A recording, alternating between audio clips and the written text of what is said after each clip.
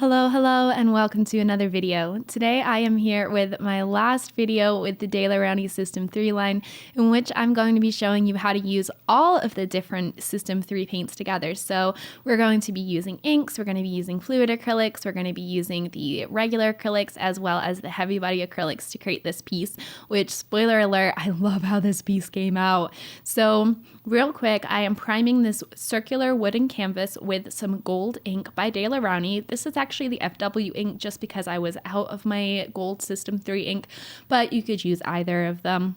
And I've been really enjoying painting on metallic colored bases recently, especially golds, because I feel like it kind of shines through and it creates a really cool effect. It's just something I've been fond of and been enjoying recently. I also made sure to paint the sides because I knew I wanted to do a pour on top of this for the background. So I thought it would be good to paint the sides and then everything would drip over it. So to do the pour, I use the Daler-Rowney pouring medium and I pour a little bit on there and then I spread it all out. And once it's all spreaded out, I'm going to give it a little bit of a spray with a spray bottle just to keep it nice and liquidy before I pour into it. I'm going to be using the System 3 inks. I'm starting with a yellow ochre color and throwing that in there, then moving to an orange and adding that because we're going for an orange and kind of red and gold background. So finally adding that bright red in there, just kind of dripping it on. And then I'm spritzing it with water again, and then I'm going to pour it around a little bit just to kind of distribute that ink on the surface. But once it's all poured around and I'm like relatively happy with it and I've poured off a decent bit of paint so there's not too much paint on there, you can see me kind of doing that right now. I'll pour it all off so that there's not a huge amount of ink. I will give it a spritz and then I will go in with my hair dryer and I'm going to blow around the ink with my hair dryer, and this creates some really cool effects and some really pretty texture on the actual piece itself. Once I have the pour finished and dried, I'm going to use the fluid acrylics to start my sketch. I really like the fluid acrylics for sketches just because they're naturally quite translucent, and so you can build up really easily. And they are very flat because they're not super thick, they're very thin. So you can really kind of build that sketch without worrying about it showing through at the end, if that makes sense. I'm going to be painting an elephant today. It's going to be a blue elephant, and keeping in line with my series of all blue animals. I've painted a blue fish, I've painted a blue butterfly, a blue cat, a blue deer, and now a blue elephant. So we're going in that direction today. And I use the fluid acrylics to establish a little bit of the texture and the shading as well. I was going to use it to establish some of the plants that I'm going to put around the elephant at the end, but then I decided not to. I went in to create the base of the elephant with the regular System 3 acrylics.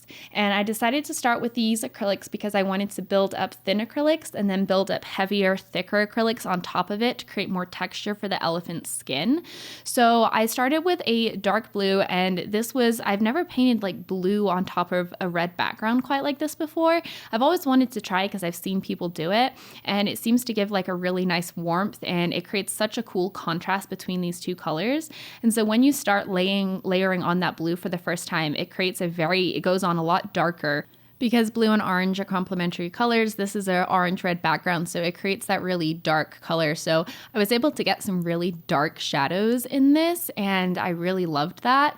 Once I started adding some white, however, to the paint, it got a lot more opaque because the white is so opaque. So I could really build that up and start getting in those highlights as well. And just look how much it pops already. I was so excited by this point about where the direction of this painting was going. I'm being really loose and just establishing the overall shadows where essentially the darks are going, and then I'll do about two mid-tone colors, like a dark mid-tone and a light mid-tone, and then highlights. Sometimes I'll add in 2 layers of highlights. That's kind of where I start everything, and then once everything is started that way, I will go in and add more details, blend things, and then later on in this video we'll add in more texture as well. So as you can see, I'm keeping my brush strokes very loose and fluid, and I'm not worrying too much about blending. And as I add in those layers, I start adding in a little bit more detail. So I'm working around the whole piece, and once most of the layers and the colors are in the whole piece, I can start adding in a little bit more detail, and just kind of working in a whole like that will really help you, because you don't have like one beautiful ear finished and then nothing anywhere else. And then if you realize that that ear is too big, you have to redo the entire beautiful ear that you just painted. So by kind of going around the whole thing, you're working everything as a whole. It's something that I really recommend and honestly talk about endlessly. I'm also adding in some warm blues to the inside of the shadows just to kind of create a little bit more color dimension.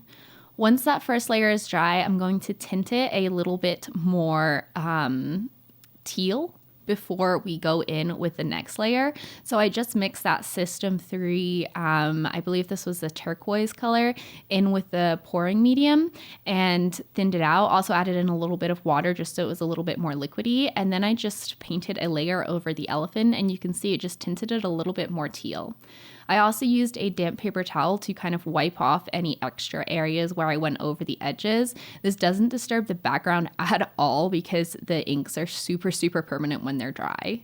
Once it was all tealed up, I went in with the heavy body acrylics to start adding in more texture and the final detail. So I started with the top of the elephant's head, just adding in some more midtones to blend everything. And then I started adding in this kind of mottled texture that they have on their heads, and going in and establishing more details in the shadows, especially on the elephant's face.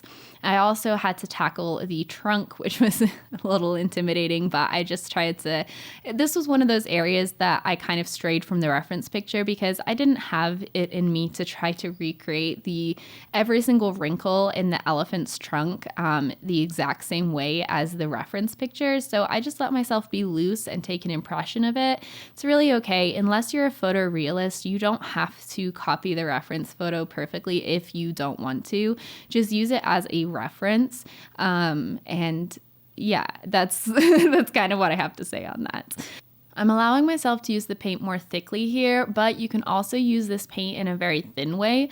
It just depends on how much paint you have on your brush. I feel like you can essentially use these as regular acrylics, but also build them up to be really heavy simply because they're so pigmented that you can just use a little thin part and you can use it more in a more thin way. It's just, they're very versatile. So I really enjoyed these. I'm definitely excited to work with them more in the future. Adding in more texture and more wrinkles to the elephant's forehead and really trying to figure out how his ears attach to his head. I felt like I started to get lost a little bit there, but I just tried to slow down and take a look at my reference to figure everything out.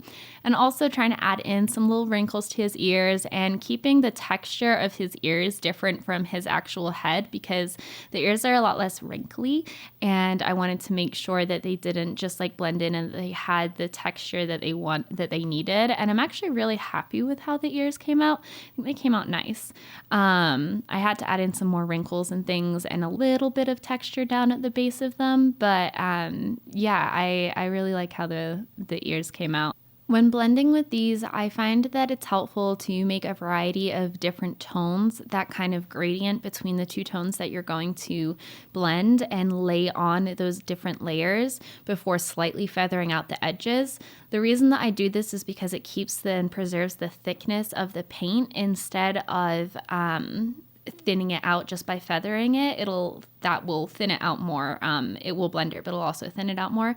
So to preserve that thickness, I'll kind of mix a couple different colors, or I'll lay it on and then I'll just kind of feather and blend the ends and the edges. But you want to be careful if you want to preserve the thickness and the texture that you're going to get with these paints.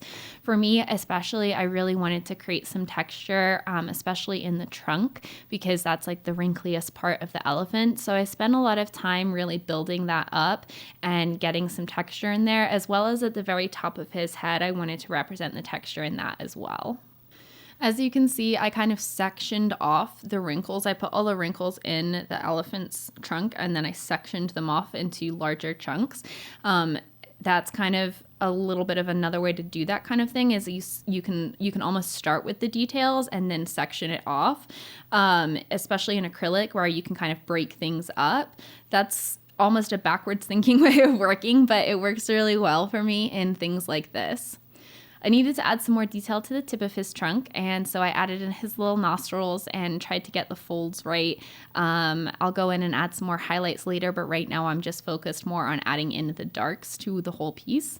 But now I'm adding in highlights. I'm also using a like kind of downward stroke to add in these little vertical lines that kind of represent the texture on his trunk, because they kind of have like almost vertical lines within the horizontal wrinkles. They're so wrinkly. Also darkening the body behind so that the trunk can stand out a little bit more. A decent amount of that's going to get covered with the plants that I'm going to add in later, but I don't know what's going to get covered, so I want to make sure that everything looks good before I go in with that next layer, because I am going to add some cool plants surrounding him. And also need to give his eyes a little bit of work, but the eyes were really intimidating me, so I would just kind of pop in and work on them a little bit and then work on other stuff and then pop back in and work on the eyes a little bit more. So again, work around the whole piece. If a part of the piece is stressing you out, go work on another piece for a little bit, work on it for like 2 minutes and then go work on another part, work on it for another couple minutes, then go work on another part. You don't have to do everything all at once. It's totally okay to work around your piece. At this point, I was really excited about how this piece was coming out. I was starting to add in the final little details to the elephant, and I thought he was coming out really cute. I was also really happy with how the blue looked against the red, and because I used so many different mediums, I used all the different mediums from the System 3 line. They all had different finishes. So I started with that gold, which obviously had a shiny finish, and then I poured on the System 3 acrylics, which have a little bit, I would say like a shiny to satin finish. And then more of the acrylics have more of an eggshell finish, the heavy body do. So it created a variety of different kind of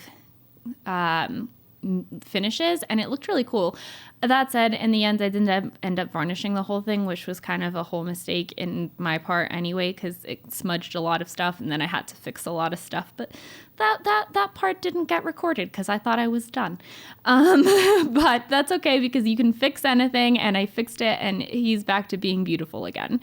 Added in some final details to his little nose at the end of his trunk, and then also the little final details to his eyes, and adding in the little like spots, little eye highlight spots, which I feel like always make everything come to life. It's like, oh, look, it's alive now. Once my elephant was done, I moved on to adding in these little plants. I originally thought about doing like a bunch of like monstera leaves and other things around it, but once the elephant was done, I didn't want to cover up as much of him as I originally kind of planned. So I went in with these green leafy shapes, just really, really simple. So I started with just some simple stems, and then I just added leafy shapes by using a thick green paint, and then using this like dagger brush from Princeton, and just I would have a light pressure and then just press down, light pressure and then press down.